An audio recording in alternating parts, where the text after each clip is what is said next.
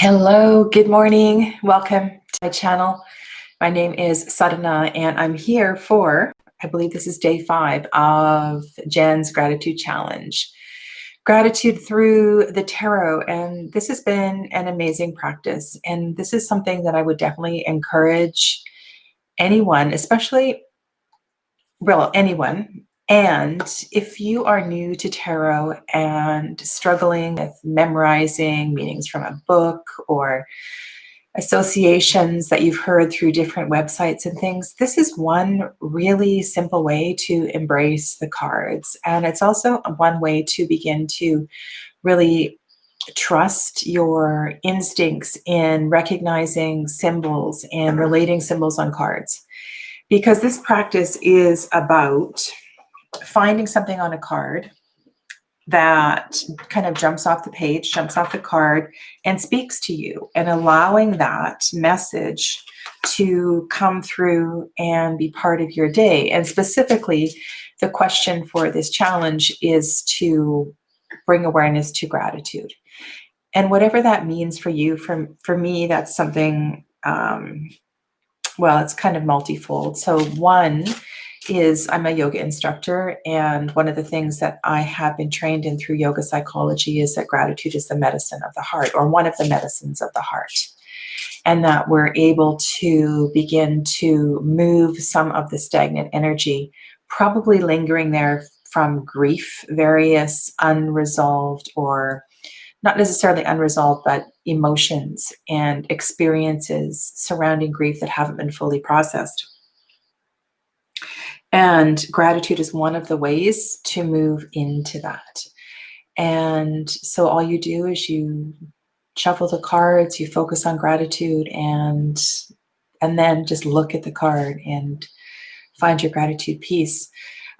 Gratitude also is a way of bringing and simply raising my frequency. There's no way to feel, when I'm focusing on gratitude, to feel gloomy or any other low frequency energy. And so this practice in itself is it's really beautiful. And doing it with the cards makes that focus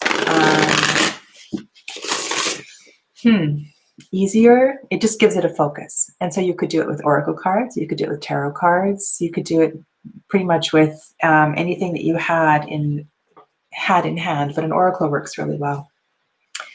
So my card yesterday, hello, Jamie.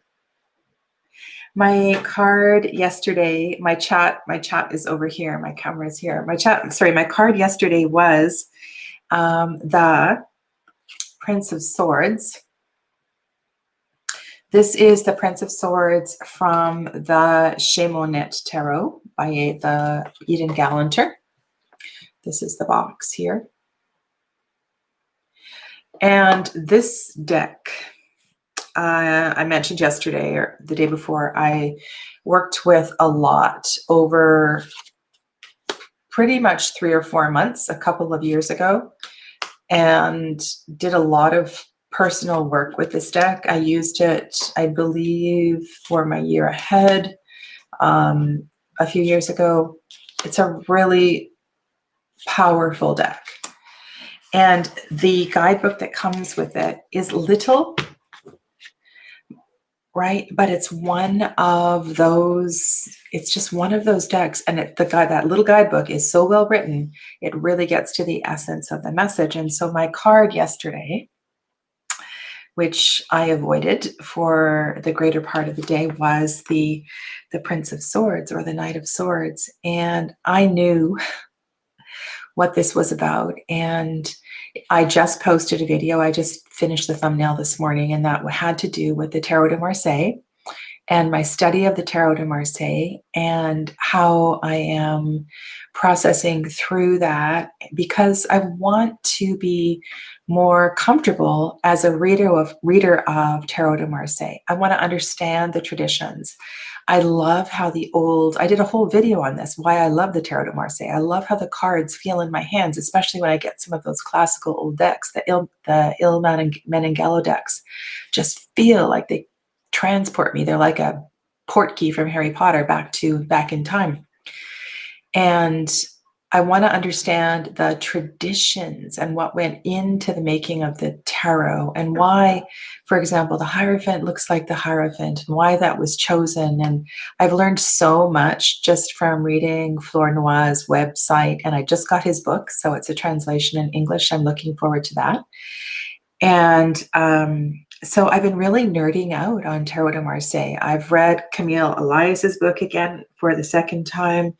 I'm making my way through Jodorowsky's book, and I have a whole bunch of decks on my desk, and I'm trying to find my way with Tarot de Marseille, but not the way that I was reading it before. So before, it was very intuitive, numerologically based. A lot of RWS was coming through in my readings, and so I wanted to really dedicate some time to studying it and to understanding how to read it, because I was totally inspired by Enrique Enriquez. I'm sure you've all seen Tarology, and how it just flows. And if you've read Camille Elias, she reads in a very similar way. Simple 3-card reading. You make a sentence, you answer the question, done, done, done. It's very matter of fact, because the cards are part of human gesture and human life. And you simply look at the way the body's facing. You look at what the hands are doing. You imagine how things are being held. You can play with words. I absolutely loved that part. And I guess this is a brilliant segue, because the suit of swords, if you look at SWORDS and you take the S from the beginning and you put it at the end, right? It's a play on words. It's an anagram. And he does that a lot through that video. And I love that. And it's really made me look deeper and play deeper. And so I finally put this short video together, which took me most of the day because I just didn't know what I wanted to say and how I wanted to do this.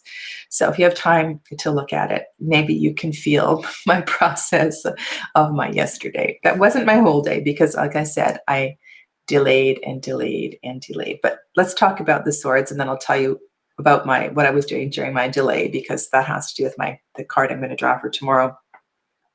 So I want to read you something.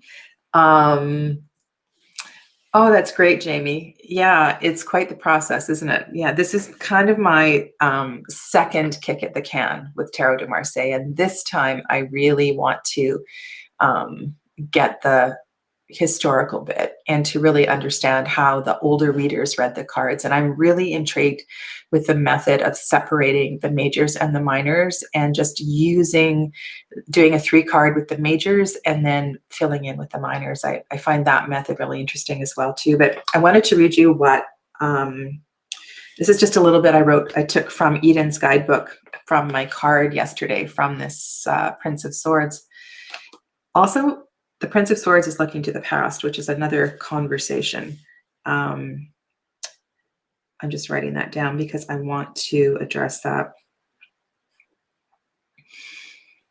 So Eden says in her guidebook that to focus on the mistaken effort of applying reason to every aspect of human identity, mistaken effort of applying reason to every aspect of human identity, emotions, instincts, inspiration.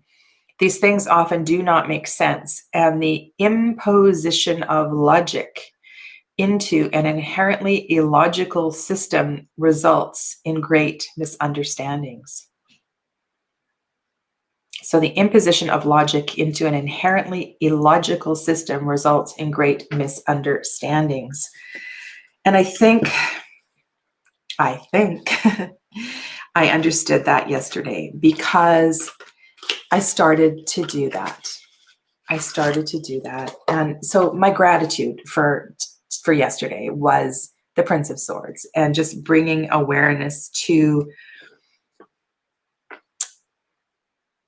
overanalyzing things and not just allowing things to be. And I had fun. So I'm just going to show you some of the cards, some of the funny things that came to mind. So if you work with Patrick Valenza's Trompi della Luna, This is the Eight of Swords. And the Eight of Swords is a relatively sunny card in most decks.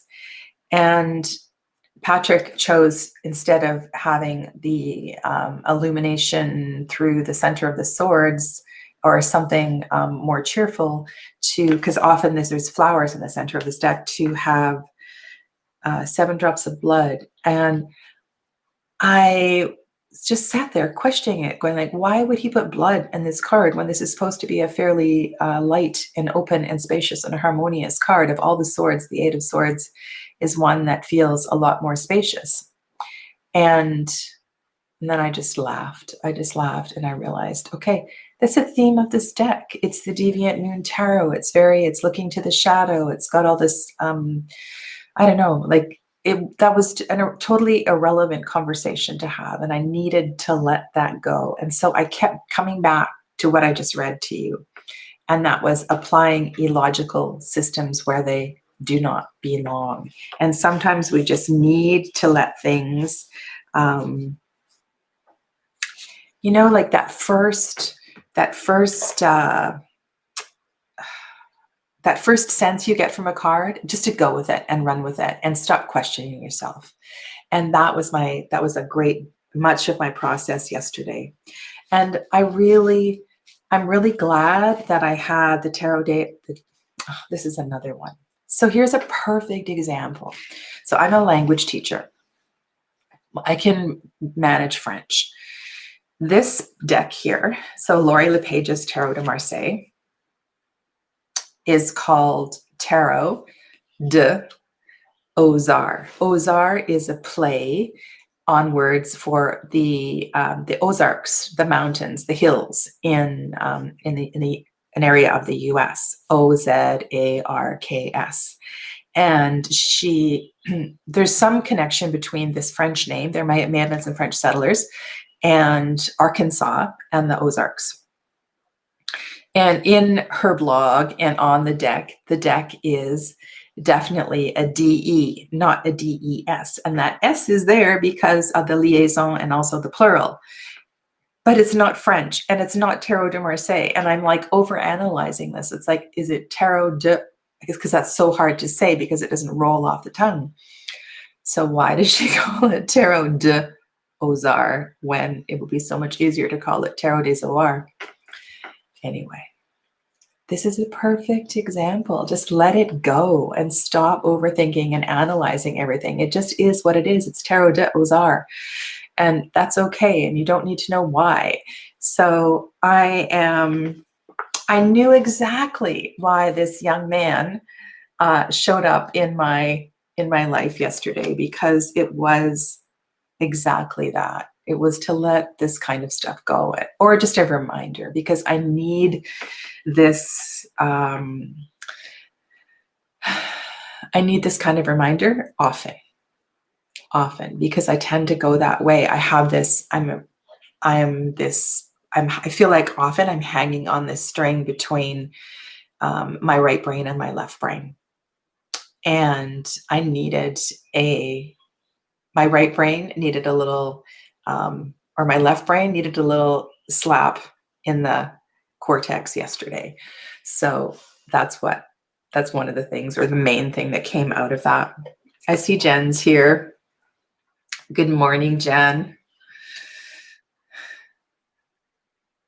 So anyway, it was really, it was all around that. And as soon as I drew that card and I knew that I had all those sword cards on my table yesterday and I was going to make a video about sword cards, I just laughed. So anyway, so as I said, I avoided dealing with it. But in the end, I did it and I got it done.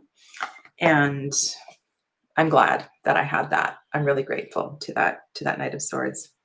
So I want to show you what I did in my procrastination. So I finally etched. So I showed you I trimmed. Thank you, Jen, very much for this. I trimmed the Larcos Tarot, which I'm going to draw from today, and I edged it. And I was going to edge it in blue because there's a lot of blue in this deck. But there's also this kind of strange, like the color of the hair or the wig that's on the back of the cards appears a lot throughout the deck. Like there's a lot of red in this deck.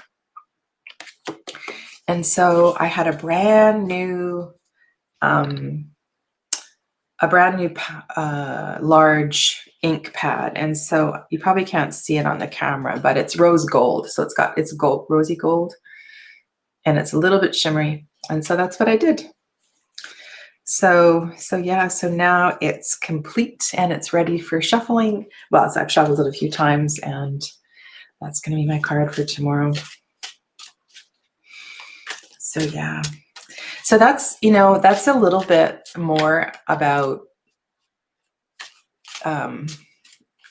that's something that I wrestle with all the time, is that right brain, left brain thing. And it is a blessing. It's a blessing that I have embraced doing this kind of work professionally, because it keeps me more in the, it keeps all of this nerdiness in control. It doesn't let it get out of hand. Okay. So today, the next 24 hours,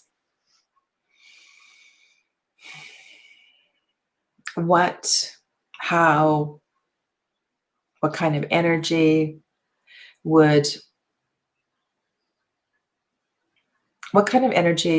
will support this continuing gratitude practice, so that I can move through and I can continue to move through energy that, recurring patterns too, right? Because yesterday's card was about awareness of a recurring pattern. So if that needs to come forth, allow that to come forth. And if there's something else that's hidden there, that light that I could shine light on, then let that card reveal itself.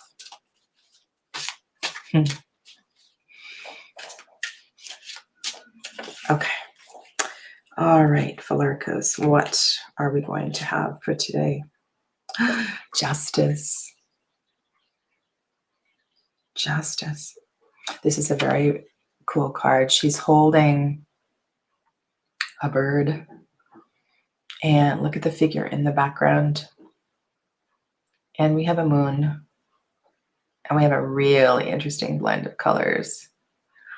I'm attracted to the red that's behind her. So yeah, so this is the card. I will take a picture of it and take it with me. I'm heading back to the store today to do readings. And I'm going to be doing that on Mondays now, hanging around the store, doing walk-in readings. So yeah, pretty beautiful. And I there's something about that adornment over her shoulder as well too, that I find intriguing. And there's something on her head. She's very adorned. And I want to put on my reading glasses and look at that figure in the back and see what that is.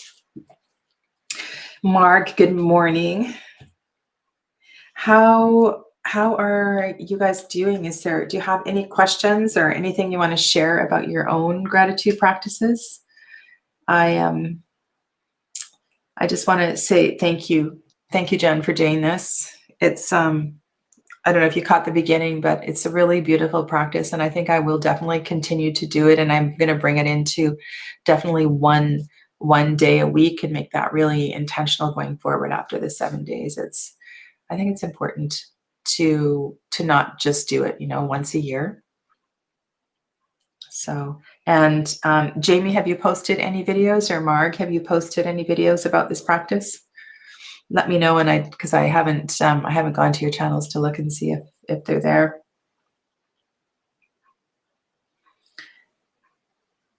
It's been really, what did you say? It's been life-changing here too. No question. Oh, okay, Jamie, no questions, but I love what you said about the grief process.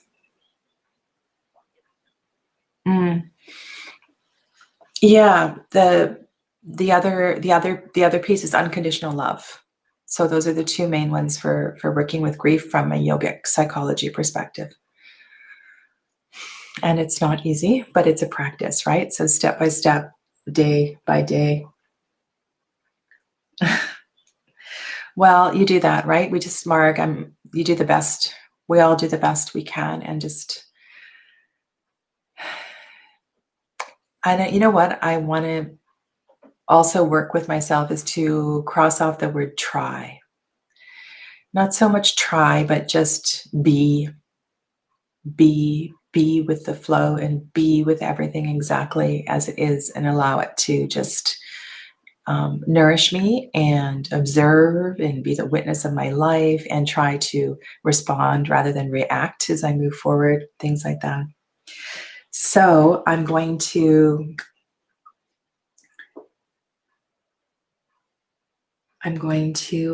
sign off for today, and I'll be back for day 6 tomorrow and have a really good look at this justice card because it's very, very intriguing, full of color and everything. So thank you for joining me.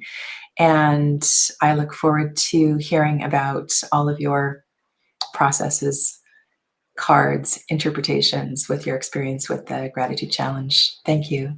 Namaste.